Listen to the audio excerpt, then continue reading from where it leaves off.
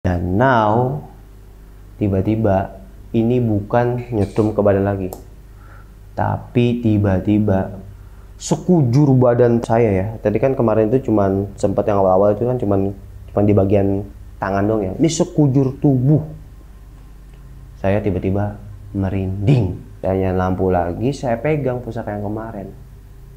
Pas saya buka, ada yang nepak, petek. Saya langsung nggak sadar teman-teman. Dikhususin. Nah kadang-kadang anak-anak yang main sini atau mungkin anak-anak yang kerja di sini itu sering ngeliat something. Katanya ada sosok makhluk besar, hitam, berbulu tapi palanya ditenteng.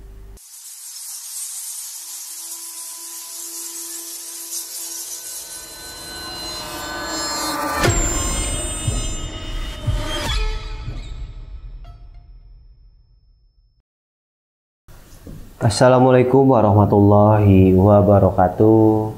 Sampurasun. Selamat datang di channel misteri kita. Kembali lagi bersama saya Kang Yuda, dan kita masuk ke konten diskusi konten mistis. Nah, yang akan saya ceritakan pada malam hari ini yaitu cerita saya sendiri mengenai beberapa pengalaman selama saya memiliki pusaka. Karena banyak teman-teman yang menanyakan, "Bang, ya seperti ini nih, masa iya sih Bang punya pusaka nggak pernah punya pengalaman mistis? Bang, apakah lu punya pengalaman mistis selama ngurus pusaka?" Nah, itu banyak yang menanyakan tentang hal tersebut. Maka dari itu, pada kesempatan kali ini saya akan menceritakan mengenai cerita mistis yang pernah saya alami saat saya bergelut di dunia pusaka. Sementara saya memiliki pusaka ini kan memang dari waktu masih kecil ya. Saya lahir itu sebenarnya memang udah ada beberapa pusaka milik peninggalan dari orang tua saya dan kakek saya. Waktu itu di rumah ya, itu pusaka-pusaka itu pakai jagrak yang tua ya, digantung-gantung gitu kan. Tapi saya nggak pernah ada berpikiran aneh-aneh mengenai pusaka tersebut. Nah, waktu saya SD mulai beranjak ke SMP, saya mulai penasaran mengenai pusaka-pusaka yang orang tua saya miliki. Dan orang tua saya itu sering bercerita mengenai pusaka-pusaka yang beliau simpan maupun yang beliau rawat gitu loh. Dan memang ada di rumah saya itu satu ruangan khusus ya, yang dimana dikhususkan untuk menyimpan pusaka-pusaka peninggalan. Waktu itu saya juga nggak boleh masuk ke dalam ruangan tersebut. Akan tetapi yang namanya anak muda, penasarannya tuh sangatlah tinggi ya.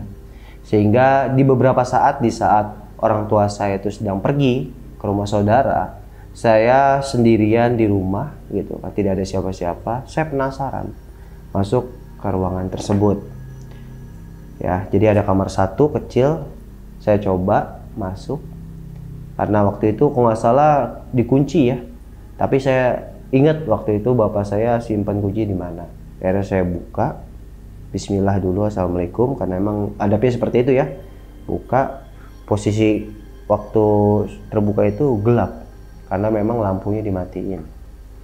Nah, nggak tahu kenapa pas dibuka itu tiba-tiba bulu kuduk saya tuh berinding. Saya ada kepikiran, waduh, apa jangan-jangan karena gua sompral gitu kan, apa karena mungkin gua nggak izin dulu sama orang tua gitu kan. Tapi yang namanya kita penasaran, jadi lanjut terus. Nah, saya nyalain lampu, cetek gitu kan. Saya lihat satu ruangan ini penuh dengan pusaka-pusaka peninggalan atau koleksi dari orang tua saya. Saya lihat satu persatu, dan di beberapa saat waktu saya melihat pusaka koleksi orang tua saya, ada salah satu pusaka yang membuat saya itu tertarik, semacam bentuknya pedang. Saya buka, saya penasaran, saya pegang, saya buka. Pas saya mau buka gini, tiba-tiba ada yang di kuping saya ini, gitu. Wah, saya nengok ke belakang, gak ada siapa-siapa. Saya kira ada mungkin orang tua saya tiba-tiba pulang gitu ya, awalnya seperti itu. Akhirnya makin penasaran, buka lagi, gitu. Saya kaget kan, astagfirullahaladzim. Pak, Mah, saya manggil tuh orang tua saya, ternyata gak ada siapa-siapa teman-teman.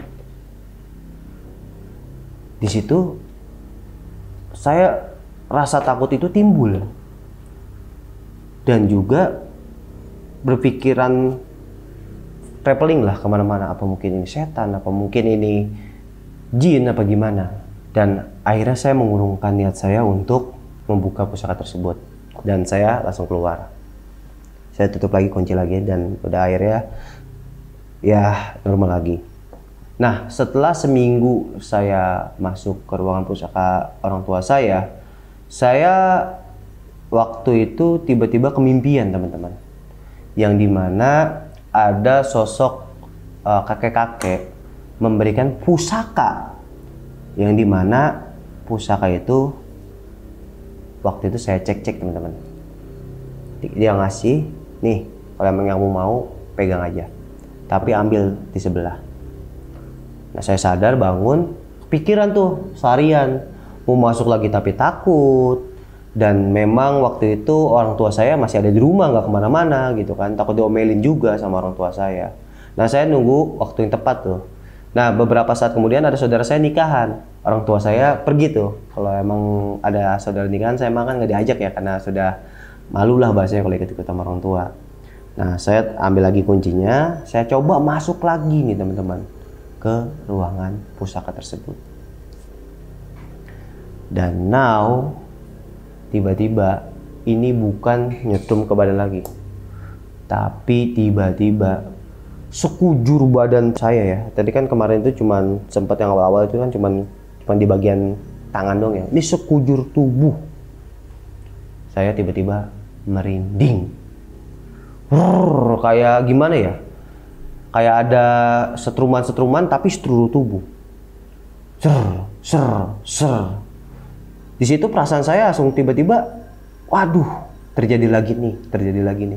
Tapi tetap saya kuatin tekad saya berani diri saya nyalain lampu lagi, saya pegang pusaka yang kemarin. Pas saya buka, ada yang nepak, petek. Saya langsung nggak sadar teman-teman. Saya nggak sadar. Nah, setelah itu saya merasa kayak diri saya tuh mimpi yang dimana saya diajak keliling sama seorang kakek dan seperti dijelaskan sesuatu. Saya nggak tahu kenapa. Jelasin dan tiba-tiba saya sadar itu waktu itu dibangunin sama bapak saya. Nah, akhirnya disadarin, bangun. Nah, setelah saya udah agak sadar gitu kan, orang tua saya ngomel, kenapa kok masuk situ nggak izin gitu kan, harusnya izin dulu ke bapak. Akhirnya saya ceritakan tuh cerita saya di ini. Udah akhirnya bapak saya menjelaskan, no, pusaka ini emang dari kakek, kalau emang Yuda mau nanti kalau udah Yuda dewasa gitu loh, jangan waktu sekarang, ini waktunya bapak yang ngurus. Kalau nanti udah Yuda dewasa atau bapak udah nggak ada, ini Yuda yang urus. Nah, akhirnya ya udah sekarang gak tahu kenapa semenjak kejadian itu saya kurang tertarik sama pusaka. Ya, jadi udah bodo amat lah tentang pusaka. Walaupun memang bapak saya kadang-kadang suka ngasih pusaka kris dari kris Brojo sampai sebagainya. Saya bodo amat gitu kan. Saya menganggap pusaka itu ya udahlah, karena gua kapok takutnya kejadian aneh-aneh lagi gitu loh. Nah, nggak tahu kenapa waktu saya setelah lulus sekolah, kerja dan sebagainya, tiba-tiba saya kemimpian lagi. Ada kakek-kakek itu lagi datang ke saya. Yuda, udah waktunya. Dia ngomong kayak gitu teman-teman di mimpi. Sekarang kamu lanjutin jalan dari leluhur kamu. Saya kebangun deh, kepikiran ya.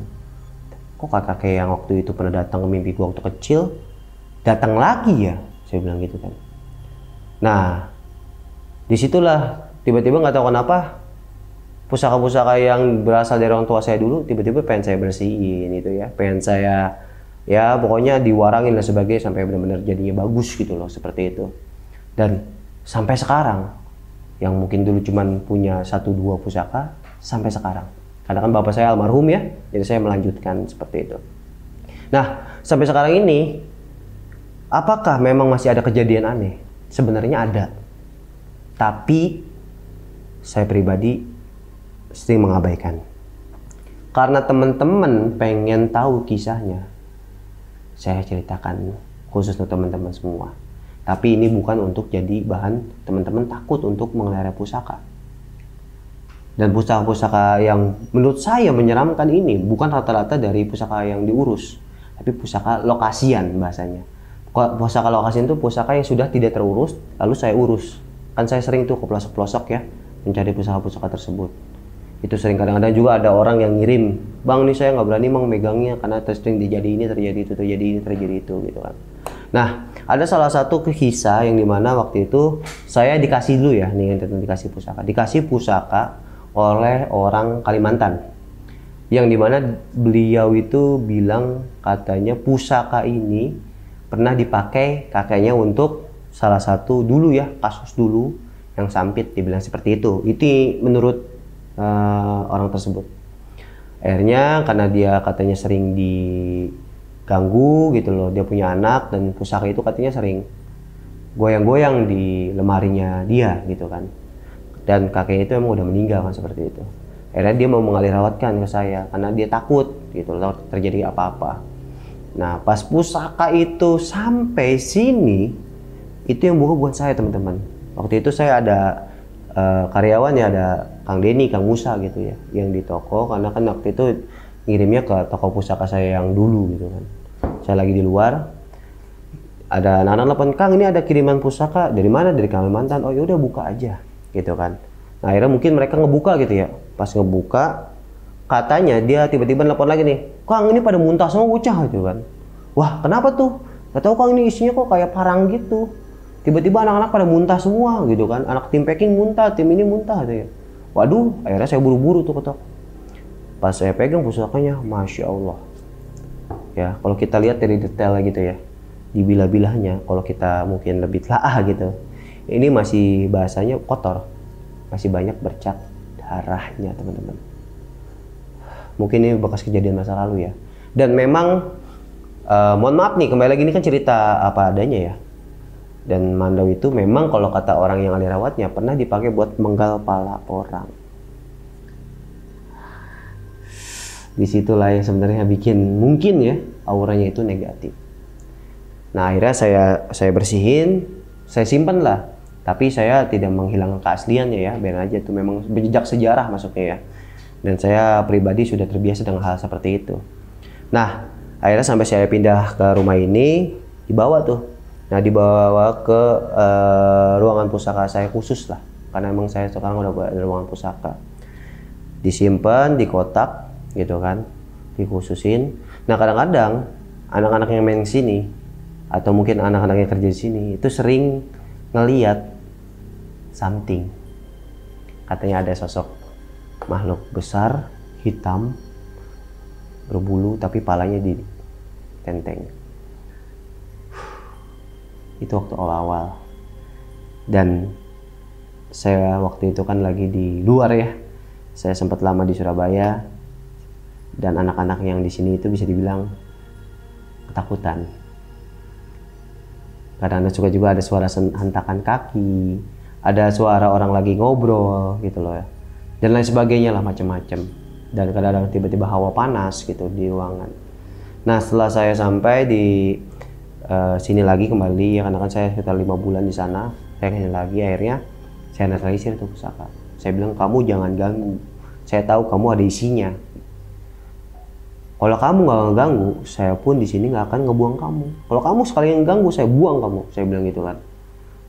Nah akhirnya tuh saya pengen tahu lah seminggu ke depan ini gimana nih reaksinya. Dan ternyata masih tetap ganggu. Ya udah akhirnya saya dengan terpaksa, tadi saya pengen bener-bener aslinya gitu loh, saya buang. Alhamdulillah sampai sekarang tidak ada kejadian lagi.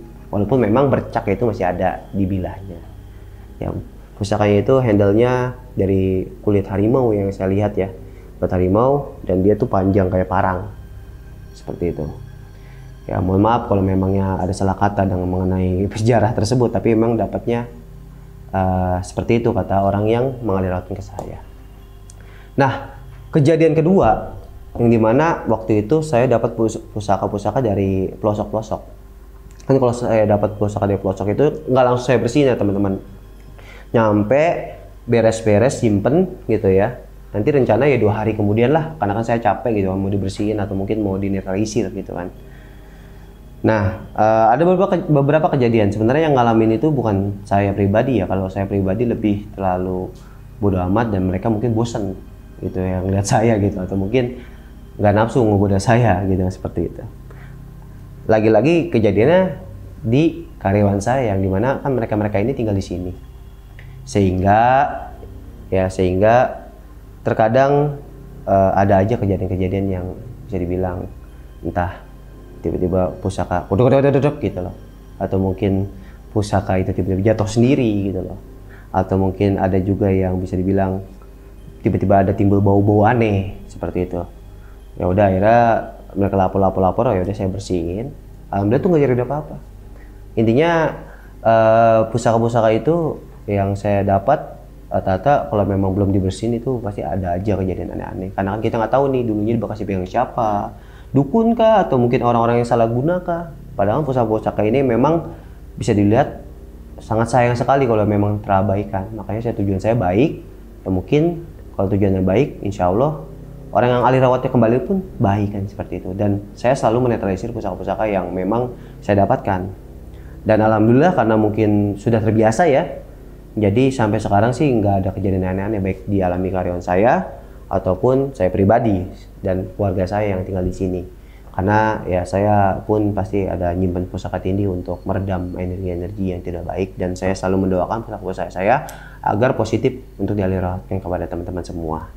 Seperti itu. Jadi insya Allah yang teman-teman ahli rawat dari Galeri Pusaka Al-Bantan itu udah saya netralisir 100%, jadinya tidak ada akan terjadi aneh-aneh lagi. Ya. Jadi kembali lagi kalau kita ngambil pusaka ahli rawat di tangan orang yang tidak tepat atau liar bahasanya seperti itu akan membuat pusaka itu menjadi aura yang negatif. Tapi kalau kitanya yang ahli rawat lalu kita mungkin sedikit mengerti lah tentang hal spiritual, kita bersihin, insya Allah pusaka itu menjadi positif, bahkan sesuai dengan tuah dan filosofis aslinya.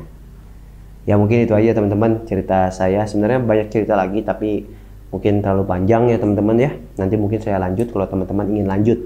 Makanya kalau ingin lanjut komentar aja. Oke ya. Terima kasih buat teman-teman semua. Jangan lupa di subscribe, like dan share untuk membantu channel misteri kita agar terus berkembang dan juga terus memberikan cerita-cerita mistis kepada kalian semua. Sekian, saya Kang Yuda. Terima kasih. Assalamualaikum warahmatullahi wabarakatuh. Sampurasun.